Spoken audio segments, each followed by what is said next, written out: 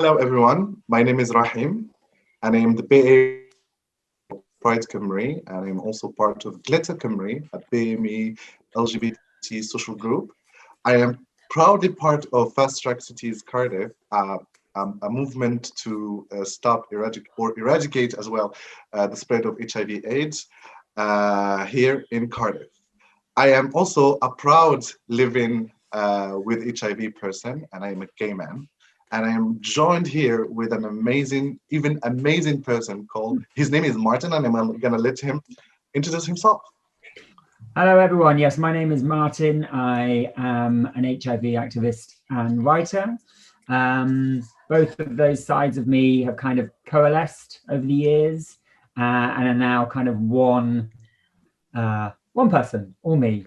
And I mean, I've always written, but when I had my diagnosis, that's when I was kind of given my voice and really, you know, found what I wanted to write about and what I became passionate about. Because we have a lot of work to do.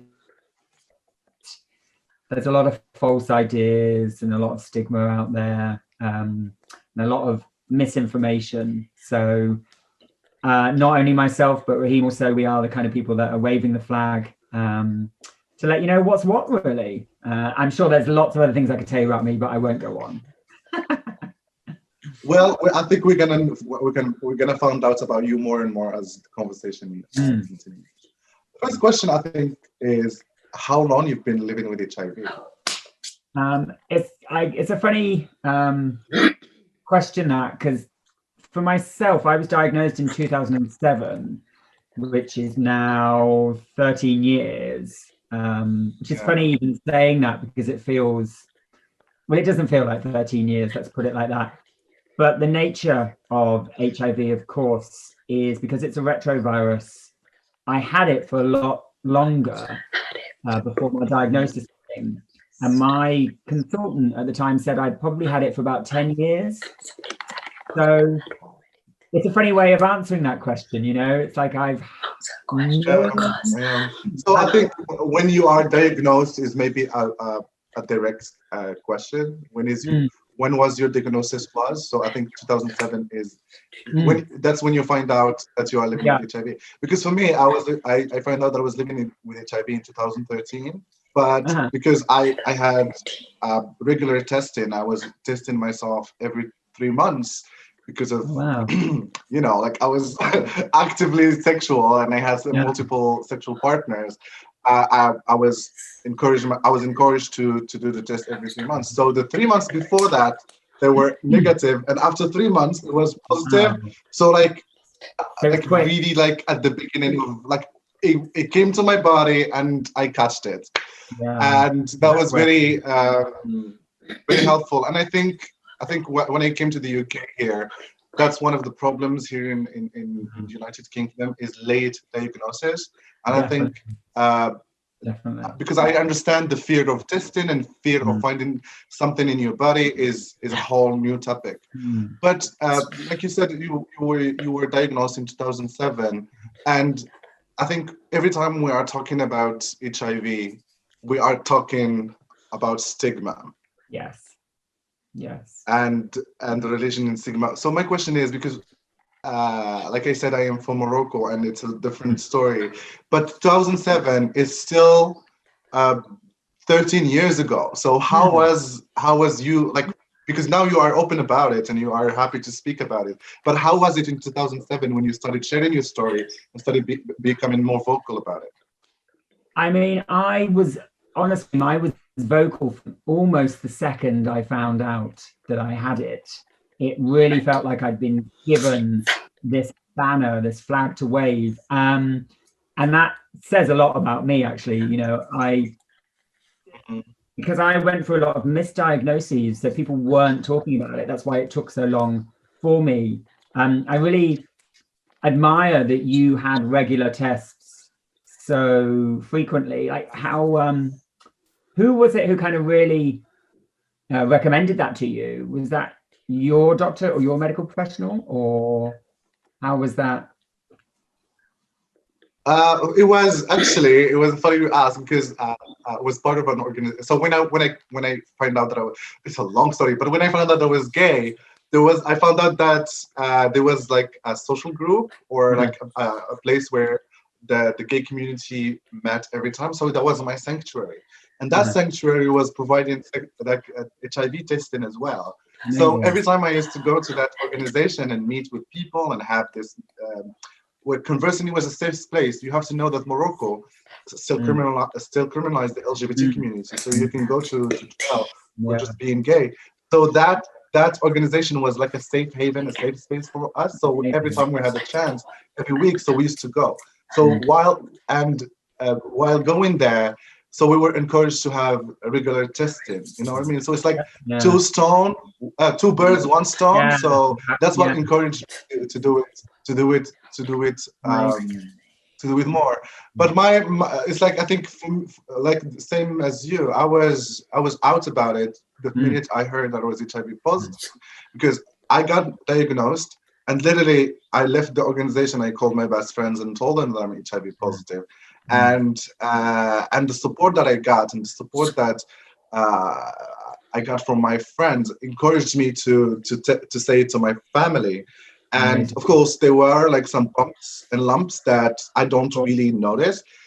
It really encouraged me to be open more about it in national television and telling my story.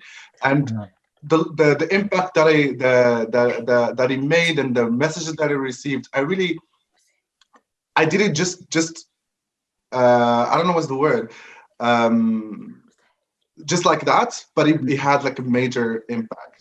How about you? So when you were open about it, how was the impact and how was the reaction of your friends? And because like sometimes even like saying the word I am HIV positive, even though we know that we are okay, the reaction of people was like, oh my God, what is happening? Well, I actually think that's the thing that's more frightening, is the reaction that you in your imagination think you're going to get from people, because especially in the UK, but actually all over the world, we grew up in this climate of fear, and we were kind of conditioned to be afraid of it, And in 2007, I think there's probably a difference between the years that we were both diagnosed, because in 2007 it just was not mentioned.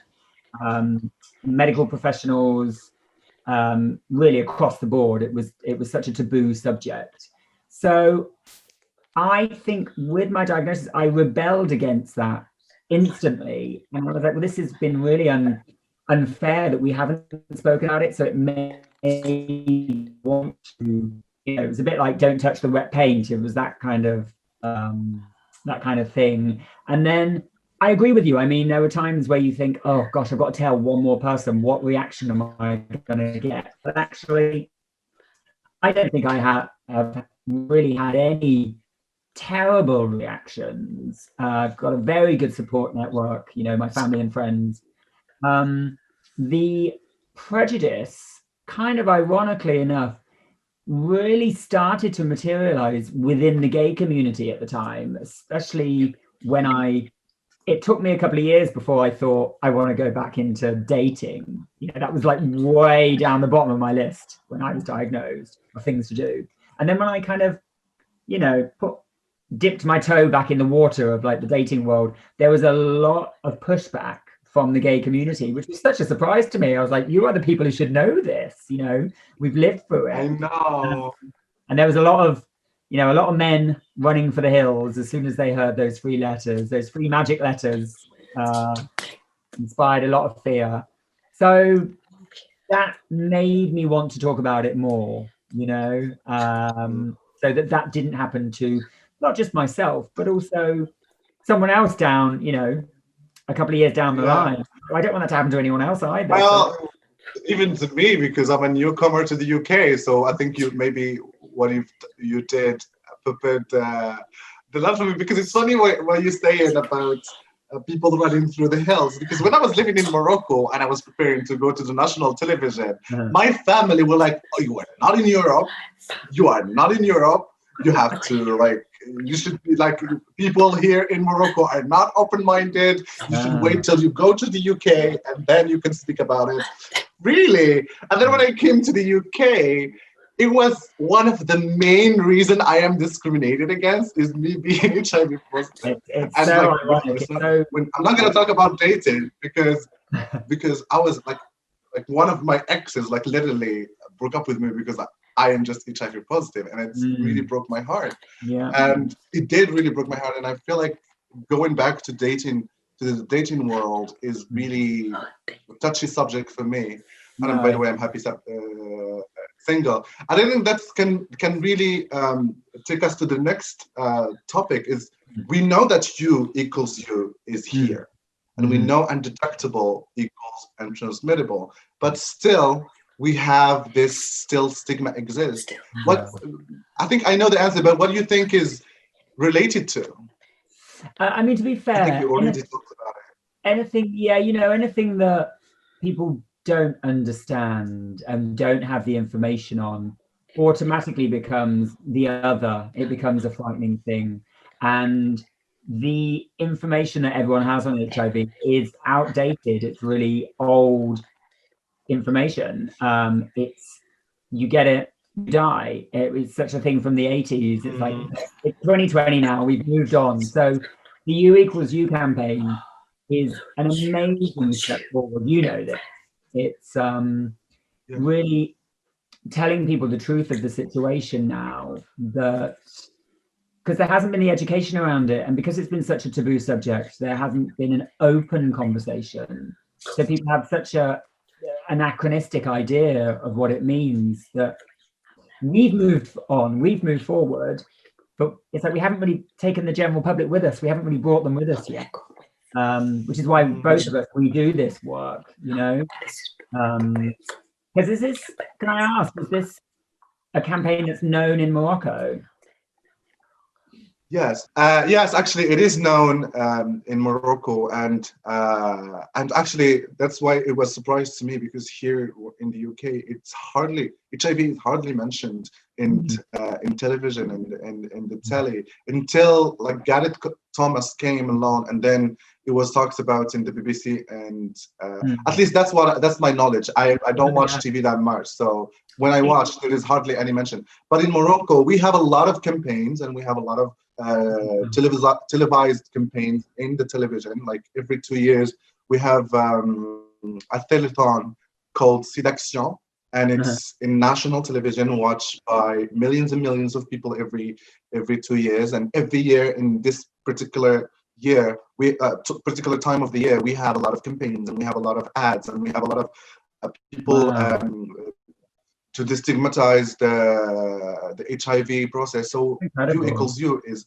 really known. And I have a lot of discordant friends who are married, and so discordant is, you know, like a person living with HIV and a person not HIV negative, and living together and bringing kids to the world who are HIV free. And all this, we are talking about it in the media and the television. That's amazing.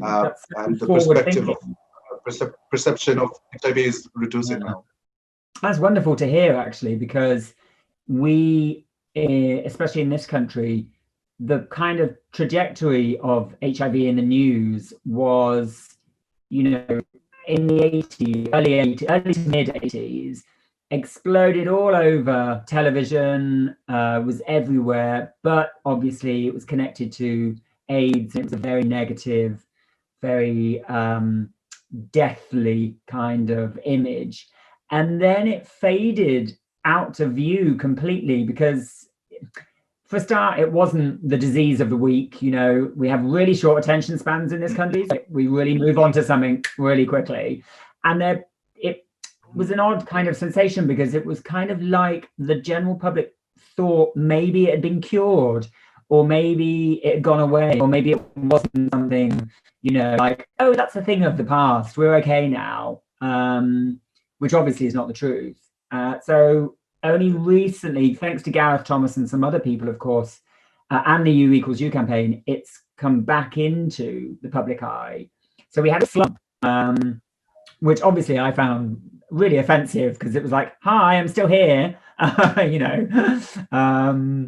So it's great to hear that Morocco is doing that.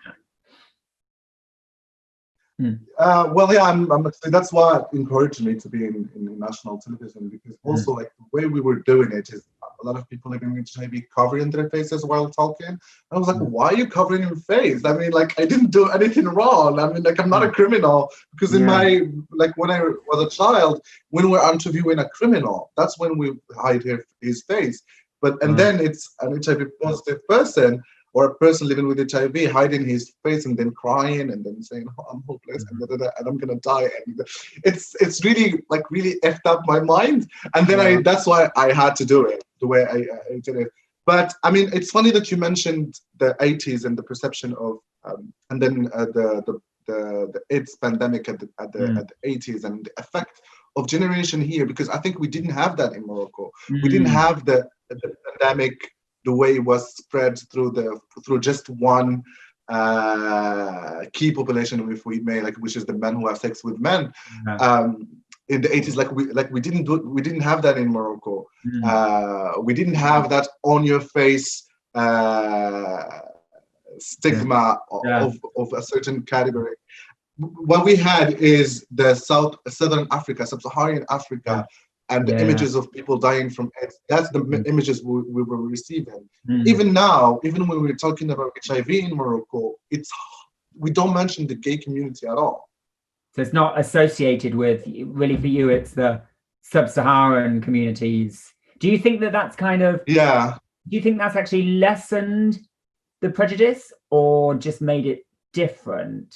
Because obviously with, I think lessened the prejudice. It lessened definitely the prejudice.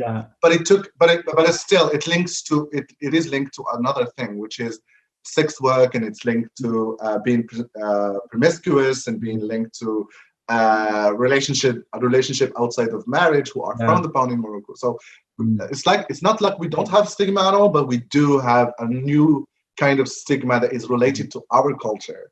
And it has different. But I want to go back to the go on, sorry. No, I was just going to say, it's so interesting that the same virus and the same condition the stigma can manifest itself in slightly different ways, because obviously with, you know, an African sub-Saharan community being affected by that, of course, affects men, women, children, all across the board. So it kind of almost spreads the prejudice a little bit wider. So it's just like a different form it takes. It's really, in a clinical way, it's fascinating. I mean, that's not, you know, I'm not a scientist. The last study that I read, I think it was in 2017 in Morocco, released by UNAIDS, was the women are most affected by HIV in Morocco, which is 51% of women are living with HIV in Morocco. Wow. So I think also that made it seem that everyone can get a virus. Yes. So like that's why every time we go to do so we have like a mobile unit in Morocco that we go to neighborhoods and outskirts where people are less to get access to HIV testing, and everyone comes to the test. You can see the women and the men are lining in the queue to get tested, and people are like open about it, that I just got HIV in the middle of the street. Wow. So yeah, like I agree with you. So it really spread the stigma, and it made it seem like it's not only one person, but everyone can get it. I mean, I don't know if that kind of, I wouldn't say it's better or worse. I would just say it's different. It's the difference between stigma that's been pinpointed to people and then stigma across the community. It's something I hadn't really thought about as much, maybe because when you spoke in the public eye in Morocco about it, did you get a lot of resistance from communities and people, or people you know? Yeah, of course. Like I said, like my mother was like, "Oh, you're not in Europe, so please mind, stay at home. Don't do it." So for example, my older brother stopped talking to me. Another aunt stopped talking to me. Well, me and my brother now we're fine. We're like better than ever. But at the time, he stopped talking to me as a resistance for me to go public about it, because it is associated with shame. Still, HIV. You know, it is associated, like I said, with being promiscuous and being not a good person. That's why it's a punishment from God. That's another word, you know. And if you got punished from God, you have to cover it, and you have to not say it out loud, and you should not be proud of it, you know. And it's. Sorry, no, I was just going to say, the shame aspect is a really interesting connection, because like you said, like my last relationship partly broke down because HIV was like this third person in the relationship. So you know, I've never been ashamed of it, but a lot of people who do have it have been, and if not, a lot of people who are kind of once removed from somebody who's living with HIV, they have a kind of shame. So it's like shame vicariously. It's a really interesting, and it can be obviously quite painful. That was a real struggle for myself and my ex-partner. It was just a ghost, and it's happened a lot. So, you know, I'm almost used to it now, but it's never not painful when somebody else is almost ashamed on your behalf. It's a bit kind of like, I'm okay with it.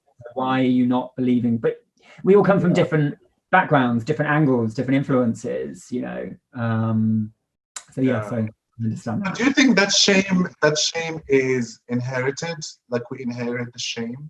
Yes. Yeah. We're never born with it. I mean, it absolutely comes from, it's totally conditioned from lots of different things. It's politics, it's religion, it's society, it's family, it's wherever the influence. Well, because I was having this conversation about shame with my friend literally just 2 days ago, because we are collaborating on something, and shame came really at the center of it, and it's really interesting how if you like went outside of the norm of being ashamed of something, and then you said, oh, actually, I'm not ashamed of it, I'm proud of it. How people like notice, and like you mess up with their ideology, and you mess up with their perception, and then they open their eyes and they think they go back, and they have this panoramic view on things. And, it's literally perspective. Well, literally, metaphorically, kind of pulling the carpet from under their feet. It's literally pulling the rug, and you can see that kind of new perspective.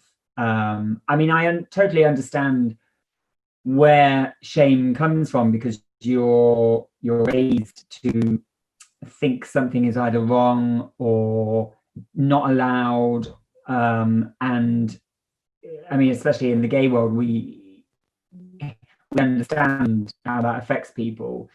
But I mean, gay and HIV is kind of a bit of a double whammy. It's a real, you know, and it's something that it's one of the reasons that I speak out about it a lot, because I think it's a really sad place for somebody to be in, to be affected by that shame so much. And it is possible to work through it, through people. So, you know, I'd like to think that's a benefit of our form of activism. It's like bringing people away from that place that is shameful, because it's not necessary, really. Yeah. So I agree with you. I wanted to ask you actually about this before, when you were talking about being outspoken. So before you become this outspoken and this proud in the UK, did you have someone before you like to look up to and to see and to follow their footsteps, basically, or do you mean it just came natural to you? I think it's called within the HIV community. Oh, I see. No, no. The only what's the word I'm looking for? Sorry, my brain's just gone completely dead. The only interaction I had with the HIV/AIDS community was when I used to go to gay clubs as a teenager. You would just suddenly one night somebody wouldn't be there. Because we used to not even be able to say the word AIDS. We used to call it the big A, because it was just such a frightening kind of beast. So it would just be, you know, the big A's got them, and so that was really my only experience of it actually until my diagnosis, apart from maybe seeing it on television. So there wasn't really, I didn't have that mentor figure, but luckily I am half Irish. And if there's one thing that the Irish are, is definitely outspoken. We're not afraid of talking about anything. So that actually worked to my advantage, which was like, excellent. So being Irish works to your advantage. I wanted to ask you what... No, there was a joke there, but I'm going to stop myself. I want to hear it now. Now you've said that, I want to hear it. Sometimes I forget that this is recorded and it should be online, and then I'm gonna stop myself. But anyway, I wanted to ask you, because you asked me. I wanted to ask. Oh God! So, like you said before your diagnosis, your clinician said that you are like, it's been 10 years that you were living with HIV. What stopped you going to test? I think I was really just afraid to do it. I mean, you know, I'm not an idiot. I know what my lifestyle had been. You know, it was very much a decade of, I mean, I was in my 20s, so a gay man in his 20s, living in London for a lot of it. I don't need to fill in blanks. You can imagine what it was like. So I knew what I was doing. And I think I knew really in the back of my head what it was, you know, in a very deep subconscious part of myself. But kind of admitting to something is, especially something so overwhelmingly frightening, even the admitting of it is a frightening thing to do. So you find any escape route that is easier, you'll take that one.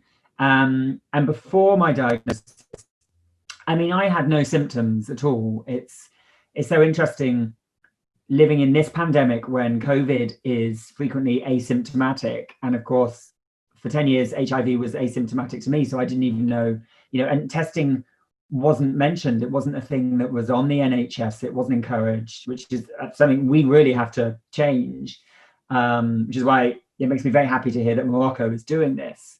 But I only got the test because I was recommended to, because I became so ill after working in Thailand for a charity after the tsunami. So I've been working in a really diseased area with dead bodies, and I came back to England and I became really ill quickly.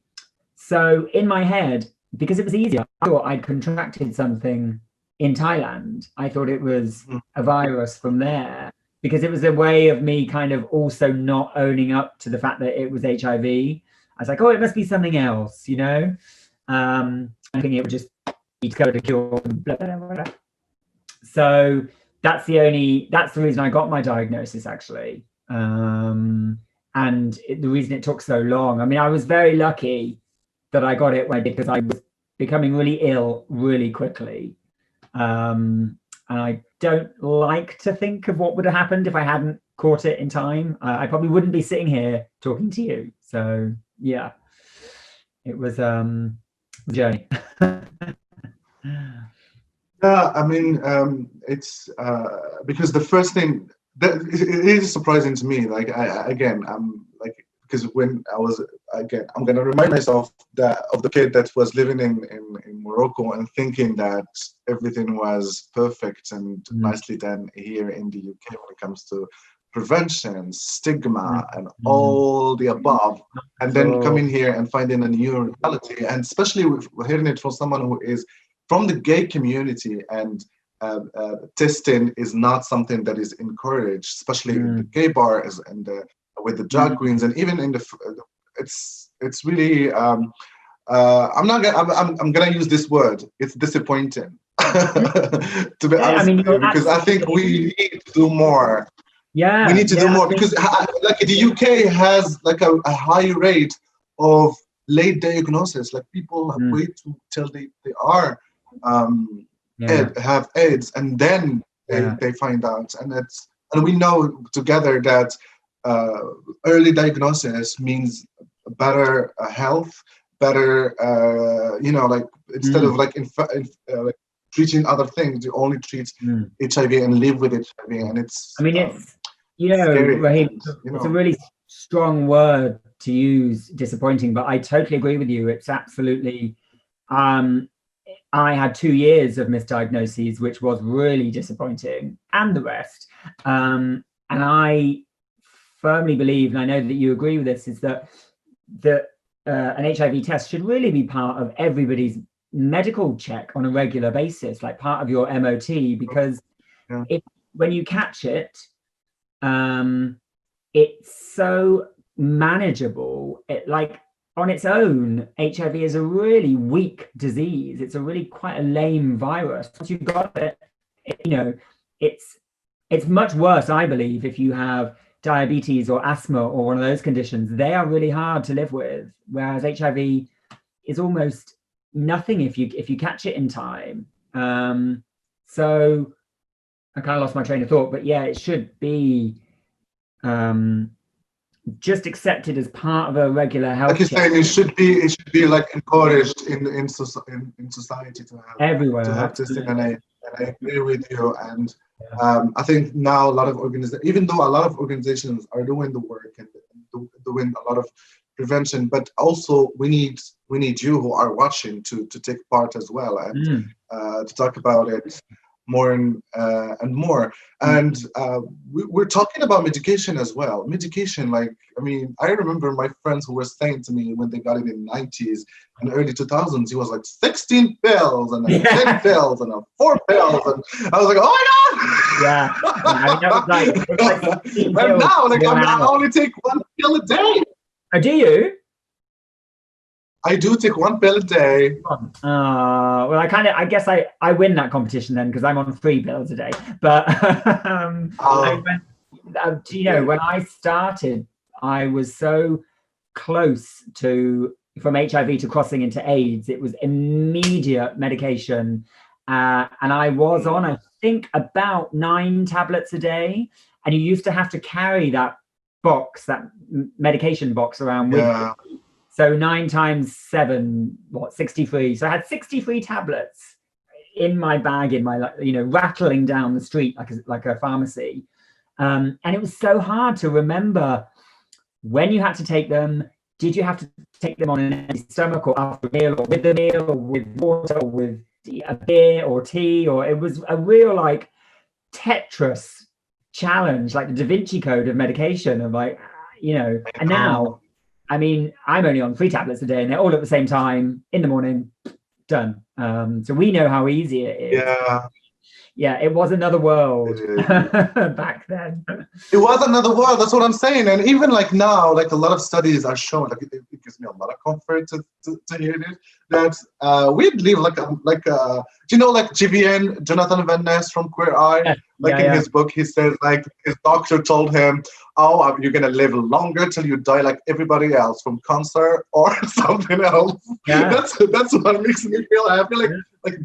And now, like, even the life expectancy of people living with HIV is really higher, and we don't transmit it anymore. We are selfish. We keep it for ourselves. We don't transmit it. I think it's terrible. I think we're selfish, and we're a little bit smug as well, Rahim, because I have had a recent consultation where my consultant was like, oh my God, your health isn't good for an HIV positive individual. It's good for a human being. It's like, and I know that's the medication and because of the regime I'm on. So I'm a little bit like, hi, check me out. I know. People who don't.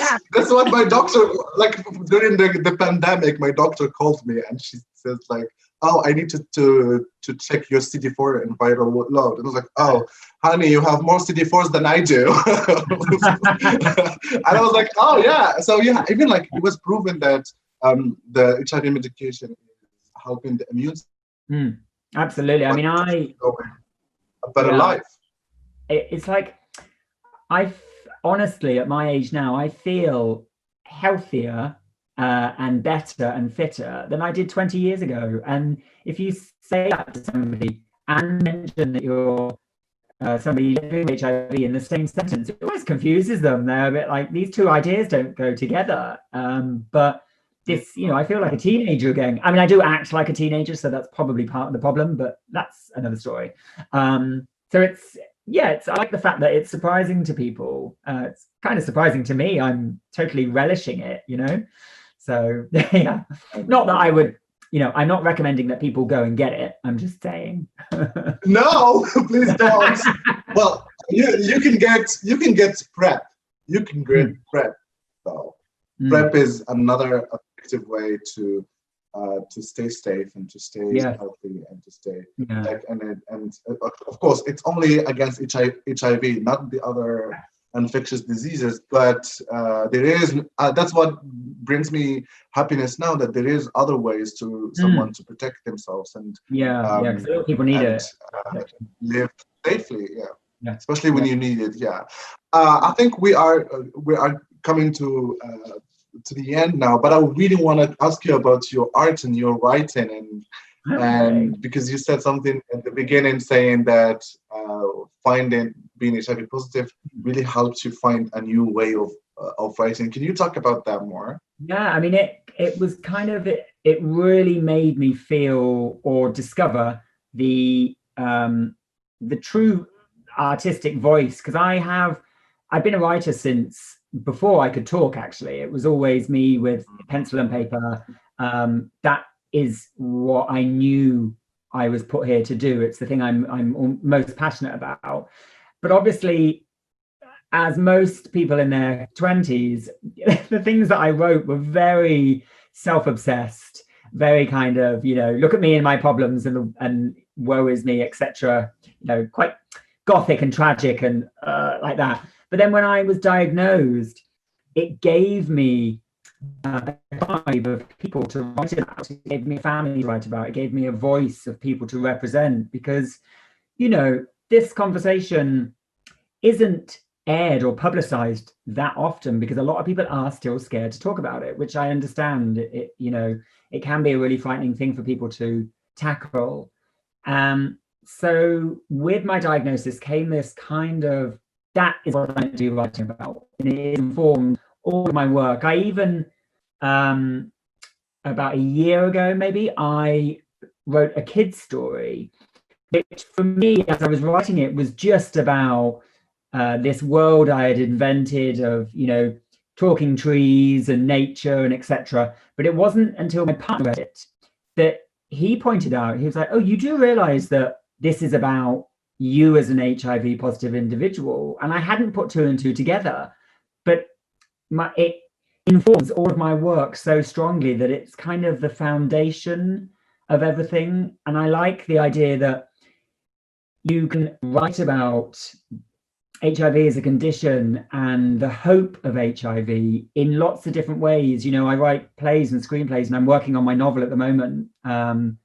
And obviously this exhibition that I have spoken to you about that we're getting for next year, I love how they're all different manifestations of the same theme, but they're all different ways of reaching people and saying, you know, there's a lot of hope nowadays about the truth of HIV, which has always been my message since I've got it. You know, don't despair.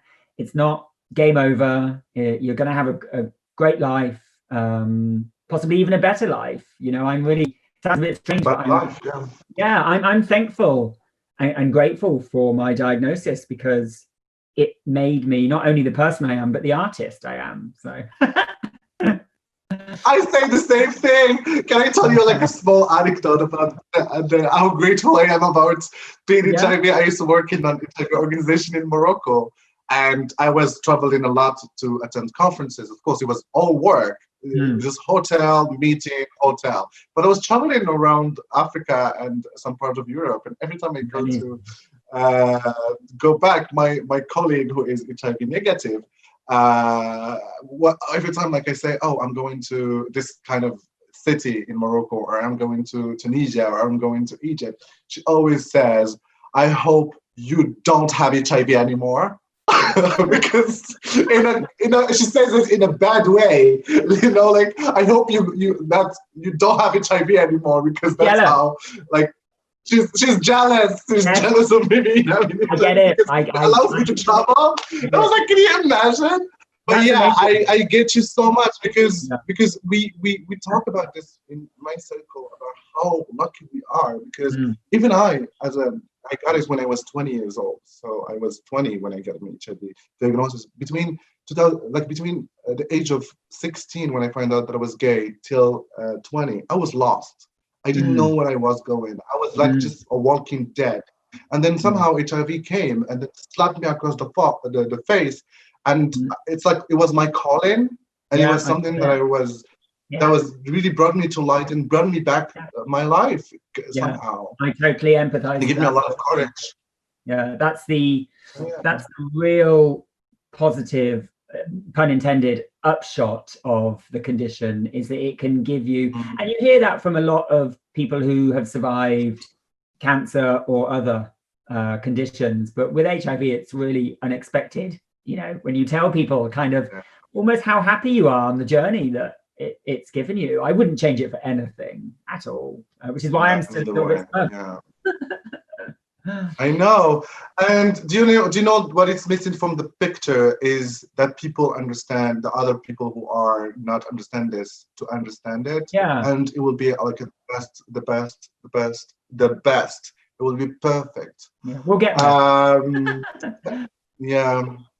Any final thing? Do you want to say anything before we close the conversation? I always like to say that, you know, to anyone watching this who maybe has just been diagnosed or somebody who's going for a test because they're worried, you know, the one thing to leave us about is just do not panic. Don't be afraid of it, because listen to what we are saying and listen to our stories and see where we are now. It's so, there needs to be no attendant fear, and just believe us when we say you're going to be okay. In fact, you're going to be better than okay. There's a lot, you know, there's a lot of hope. Exactly. Exactly. And I echo everything you said, and I'm not going to add anything else. You've been brilliant, Martin. Thank you so much for agreeing to do this. I'm so happy that I asked you. I was really looking forward to our conversation, and hopefully to the future we can have more of this, because I think, like you said, we need more. We need more. I encourage you to leave comments. Yeah, I encourage you to leave comments in the video, and I will be monitoring the comments and answering every comment you have. I want to thank Pride Cymru and Fast Track Cities for allowing me to do this conversation. Again, I want to thank Martin for joining me. I want to thank Liz for doing the interpretation, and see you in the next one. Bye-bye. Yes. Good luck, everyone.